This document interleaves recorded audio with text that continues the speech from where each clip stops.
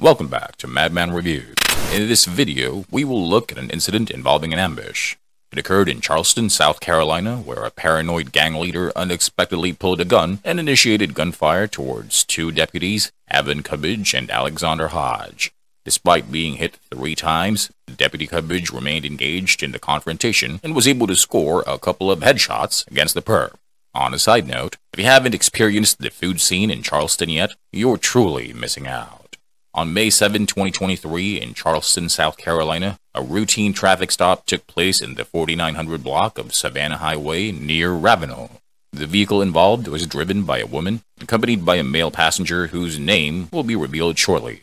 Deputy Cubbage, who initiated the stop, requested backup from Deputy Hodge, as they were the only 2 deputies on patrol in the Ravenel area during that time. The police do not pull over a car solely based on the suspicion of it carrying drugs or firearms. It doesn't work like that. In this particular case, the car was pulled over because it was observed swerving. The driver had crossed the center line twice with a police car behind them, which is a valid reason for a traffic stop.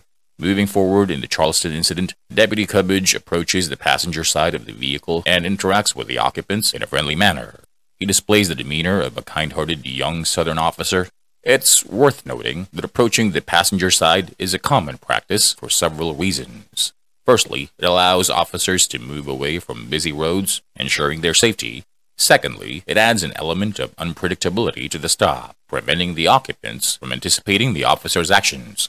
As Deputy Cubbage approaches the passenger side, he greets them with a friendly, "Hey, what's going on, y'all?" It is important to note that he did not display any threatening or hostile demeanor towards the suspect. On the contrary, he was friendly and politely explained the reason for the traffic stop. He then requested the necessary documents, such as registration and insurance, from the occupants. It's standard operating procedure, but he was nice about it. Why does he have gloves on? It just raises a question. Why wear gloves on what appears to be a hot day in South Carolina? Deputy Cubbage then asks the passenger if there's any firearm in the car at all. The response is inaudible, but we can assume that the passenger lied because he didn't say he was carrying a handgun. As the traffic stop keeps going, after a few more minutes, Deputy Hodge rolls up to the scene to provide backup. Now, the suspect, sitting in the passenger seat, starts realizing the seriousness of the situation as again, the second deputy, Deputy Hodge, walks toward the car and Deputy Cubbage drops the line, "All right, man, hop out." It's as if a light bulb goes off in the suspect's head and he understands that things are about to get real. You can almost imagine his thoughts racing. Maybe he's thinking there's a warrant out for his arrest, or he's got some shady past involving a firearm. He's bracing himself for a potential showdown and trying to figure out how to avoid getting caught, which is why he decided to pull his gun on the deputies. The exact details of what led him to this moment are a mystery, but let's take a look at this idiot's background so we have a good idea what kind of person the deputies are up against. The passenger's name is James Rakeem Pierce, who was 28 years old at the time of the video footage. What's the big deal with this guy? Let's take a brief detour. You've probably heard of the highly publicized double homicide trial of convicted murderer Alex Murdaugh. During that trial, there were intriguing details that emerged about the involvement of the Cowboys, a violent street gang based in Walterboro, South Carolina. This gang is linked to Murdaugh's check-cashing schemes and possibly engaged in other illegal activities. According to the DOJ, the Cowboys frequently flaunted threats, firearms, large amounts of cash, and what appears to be narcotics on social media platforms such as Facebook and YouTube. Local sources in Walterboro confirmed their continued active participation in the drug trade throughout the Palmetto Low Country. The Cowboys first gained statewide attention in the fall of 2021. They briefly re-emerged in the summer of 2022 when the South Carolina Attorney General's office accused 2 alleged members of benefiting from Murdaugh's purported misappropriation of funds from his clients, friends, and former law partners. However, the exact extent of their involvement in the overall saga remains unclear, much like Murdaugh's connections to an alleged drug smuggler and their relevance to the sprawling web of crime and corruption that has yet to be fully unraveled. Equally puzzling is how Murdaugh managed to acquire significant quantities of prescription-grade oxycodone and the purpose behind his accumulation of such drugs. Yet, the greater enigma lies in the potential role these drug connections may have played in Murdaugh's dramatic downfall, which reached its climax on June 7, 2021, with the brutal murders of his wife, 52-year-old Maggie Murdaugh, and younger son, 22-year-old Paul Murdaugh. On March 2, 2023, Murdaugh was convicted of killing his wife and son and subsequently received a life sentence in prison the following day. It is noteworthy, however, that the prosecution's case relied primarily on circumstantial evidence, definitively establishing only Murdaugh's presence at the crime scene shortly before his family members were fatally shot, an event he initially lied about. In the upcoming months, a number of individuals connected to the Cowboys will face trial on charges linked to the Murdaugh saga. So, what does all this have to do with the traffic stop? You see, that 28-year-old passenger, James Rakeem Pierce, was the leader of the Cowboys. The guy had an extensive criminal history, showcasing a pattern of involvement in various violent offenses.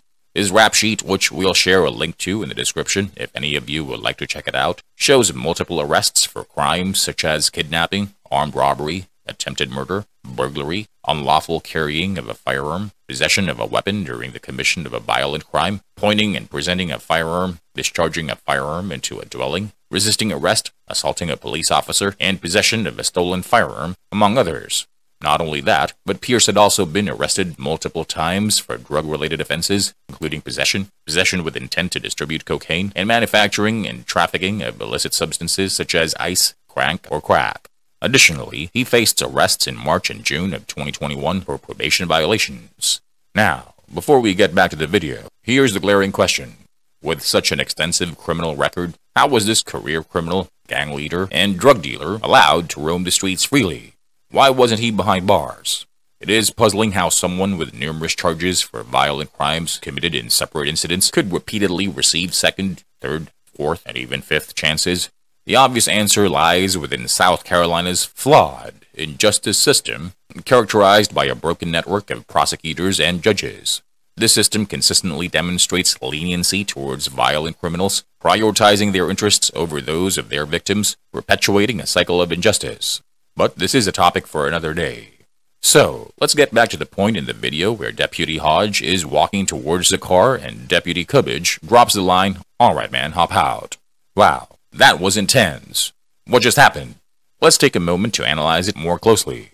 Deputy Cubbage tries to stop Pierce from trying to pull something out which at the time nobody knew was a handgun.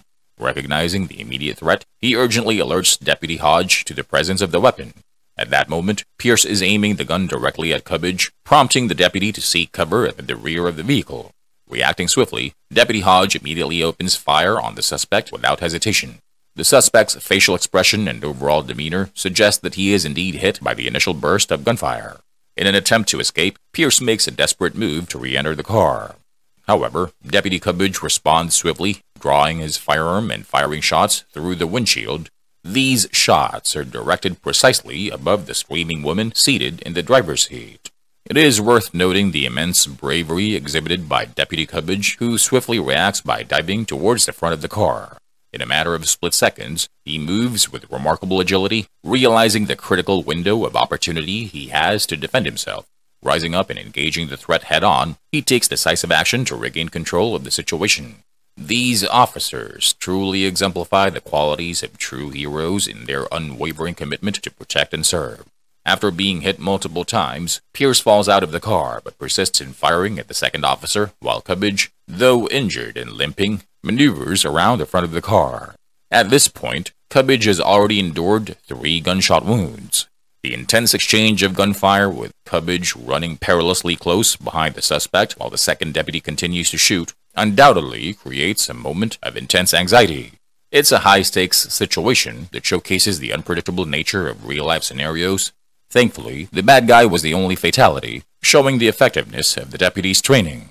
Such complex and high-speed situations can arise unexpectedly, but the extensive training these officers undergo equips them to respond effectively. Cubbage halts, sees that the suspect is still actively shooting, and with remarkable precision and control, fires multiple shots at the suspect's head, ultimately neutralizing the threat. Now, the original footage released by the Charleston County Sheriff's Office is blurred out, but you can kind of make out Pierce's head jerking a couple times as Deputy Cubbage's bullets hit him. The woman involved in the incident finds it difficult to grasp the unfolding situation, and in a state of confusion, she nearly steps backward into oncoming traffic. Fortunately, there is no speeding semi-truck hurtling towards her at 70 miles per hour, thus averting a potential tragedy. However, it is important to examine her actions more closely. Once the gunfire subsides, she exhibits clear signs of shock and repeatedly voices her lack of awareness regarding the presence of a gun. She asks whether the blood she sees is hers, expresses concern about needing an ambulance, and wonders if she will be arrested. Her demeanor and visible shock strongly suggest that she genuinely had no knowledge of Pierce carrying a firearm. However, she should have known. Ugh, women these days. Additionally, she is driving a vehicle with expired tags and insurance, showing a disregard for legal requirements. Regrettably, the Charleston County Sheriff's Office has not released any information about her, including her identity, so there are a lot of unanswered questions surrounding her involvement in this traffic stop. She is lucky that she escaped with her life, considering that she failed to comply with commands to get on the ground as the deputies told her. It is sad to witness such non-compliance from individuals in today's society. But let's go back to the deputies. It looks like Pierce continuously directed his gunfire towards Deputy Hodge throughout the encounter, rather than Deputy Cubbage, who had circled around the front of the car. But it was Deputy Cubbage who suffered a gunshot wound, at least once in the knee and in 2 other places, as he can be heard saying, "I got hit in the knee." Although specific details were not provided in the reports, he was promptly taken to the hospital with injuries that were serious but not life-threatening. I wish him a speedy recovery. Now, I saw people commenting on this footage expressing disbelief over what happened to Pierce. They hold the opinion that the majority of cops actively seek to use their firearms. Others are making it all about race, because Pierce was a black dude. Idiots. I personally know law enforcement personnel who would much prefer to keep their weapons holstered at all times rather than having to take someone's life. But it's part of their duty to defend themselves in the public, and there are instances where they have no choice but to draw their handgun. These 2 deputies, even though their actions were justified in this shooting, will undoubtedly lose sleep over this incident for years to come. Not because they failed in their duty, but because it resulted in the loss of a life. Taking lives is never their objective. Ultimately, the goal is to save lives. That said, these deputies' quick thinking and reactions are impressive, especially Deputy Hodge, who protected Deputy Cubbage. Perhaps there are areas where they can refine their crossfire tactics, but in the heat of the moment, I don't believe they could have performed any better. They did a phenomenal job.